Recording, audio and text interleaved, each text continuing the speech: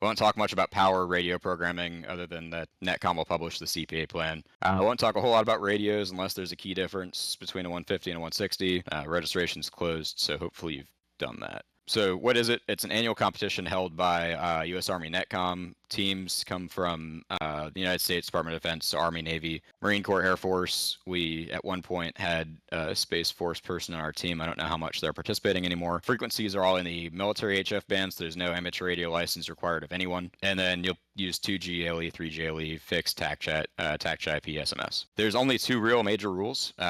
You have to use 20 watts or less, and you have to be using field expedient or tactical antennas. This will be the hardest part of the competition for you. I would be willing to bet. I don't want to delve into how to read it, but it's used for authentication between teams, and that should be on your radar now. It was on my radar the night before the competition. I was on the phone with Dave McGinnis, really trying to figure it out.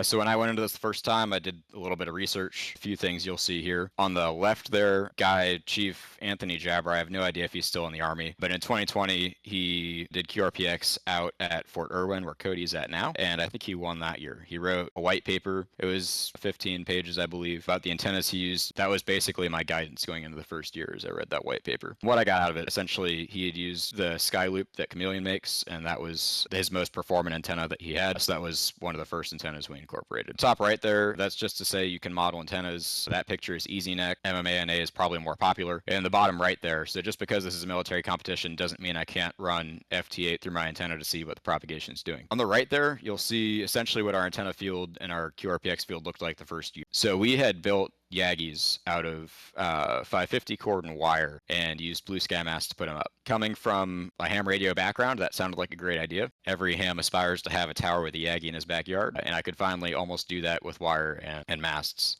And then we also had fan dipoles and the 80-meter loop. So the theory here was that a lot of the Mars operators were going to stick to what they knew, what they had antennas for, which is usually 20 meters. So that 14484 frequency in the top right was kind of what we centered on. And then we also had a 7 megahertz Yagi going east and west, which didn't do as well. And those antennas are great when you're on fixed and you don't have a lot of frequencies to cover, but they're only really performant at one frequency, which we found out. The key takeaway from this year was that the things we were worried about weren't necessarily the things to worry about. The 80-meter loop was still performant at that time. I didn't really know why. And the fan dipoles are good when you can really predict what frequencies you're going to use. So this kind of goes into the problems we had with that strategy. Again, the Yagi is narrow banded. It doesn't work for ALE. The fan dipoles don't scale very well. Luckily for QRPX, I think they top out at like 10 frequencies, but still that's a lot of wires on a fan dipole. You really don't have any distortion between radios when your when your antennas are close together with the 150s and 160s. They do a good job of filtering that out. All right, so this mast is the right one, and then this one over here is the left one. There's another antenna in front of it that kind of blocks the view. There's 3 V's in here. This is the reflector, the director, and the driven element of the Yagi. And then the Blue Angels, because they look cool. So it makes for good pictures. It was really cool to use, but I wouldn't put all the effort in for this competition. All right, this picture was what I was talking about with what the antenna field looked like the first year. So we put the fan dipoles in the Yagi side to side, because there's a null on the sides of the dipoles, right, and on the side of the Yagi. That's where we were worried about the radios interfering with each other. And then you see this other Yagi here in the 80-meter loop here. So this is kind of why we were moving away from that strategy. So if you have a fan dipole, you end up with a couple of dips. This one is a 2-element dipole. There's one wire cut for, this is probably 7 megahertz, and this is probably 10 or 15. And then you have the harmonic over here. With the single dipole or inverted V, and additionally with the Yagi, you only end up being able to use it 1 point with low VisWAR. So for all the effort we put in to build that thing, it really wasn't worth it. If you haven't dealt a lot with antenna physics, so VisWAR is just a measure, or SWR in the ham community, VisWAR in the military community, same thing. Measure of how efficiently RF is transmitted from a source to a load. So that's when we talk about, how efficient is my antenna, how much reflected power am I getting? And that's what the graph on the bottom right is getting at. So if I have a VisWAR of 5:1 down here, reflecting back about 45%, 44% it looks like, of my power. So that's just not a good thing. I want all of it to go out the antenna because I only get 20 watts to start with. Gain describes how RF power is focused. There's no amplification.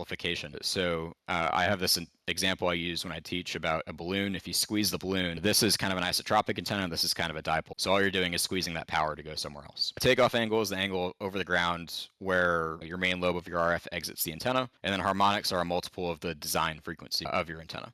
Those are the key terms, I think, for the upcoming part of the presentation. So you're coming at, an HF exercise from the perspective of someone that's been doing parks on the air, or a field day, or any ham radio event.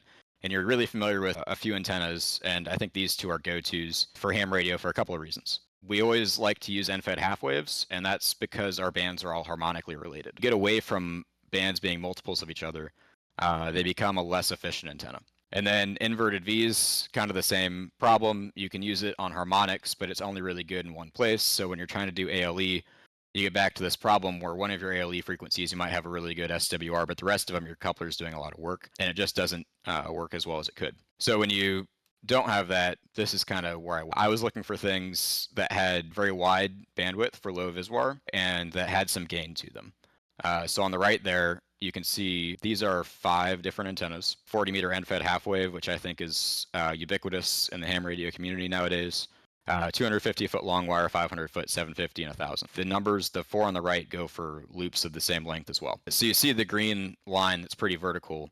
The design frequency here is obviously 7 megahertz for 40 meters. You have a harmonic on 20 meters, you have a harmonic on 15 meters, and you have a harmonic on 10 meters. As you make that wire longer, you get a lot more harmonics. And I'm going to skip back and forth between slides real quick. So you remember the VISWAR graph that we had for an inverted V before, or a fan dipole, that only had 1 or 2 dips, and the rest of it was above 10 to 1. With that 500 foot long wire, or with a loop of only half the size, you get a significant decrease in VISWAR and an increase in bandwidth where you could use it for ALE. So that's the first major hop to where we got today. The key factor here is that we have a lot of usable points where my coupler is not doing a lot of work, and I'm not getting a lot of loss due to VISWAR. So now we talk about takeoff angle and gain.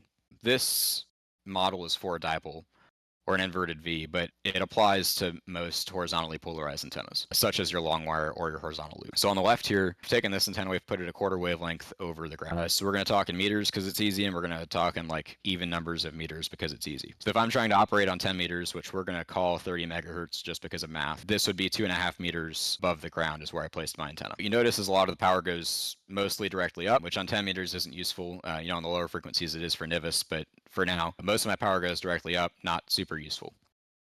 As I go higher and higher, my pattern changes. So this is if I'm looking at the antenna from the side, and this is from the top. As I bring my antenna higher, I get more lobes. I also get a little bit more gain, and it becomes more useful at different distances.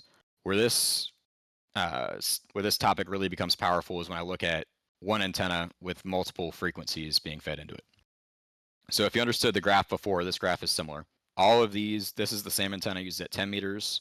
Across the horizontal here, 20 meters on this horizontal, 40 meters, and 80.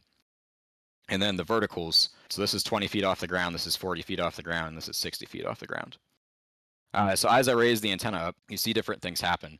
But the important part here is by feeding the same antenna, this is the same antenna 60 feet off the ground, but at 10 meters, 20 meters, 40 meters, and 80 meters, I've changed the transmission and receive pattern of the antenna. Just by changing the frequency. We're going to tie that all together in the next part, which I called part 2 because I didn't have time to combine the slides.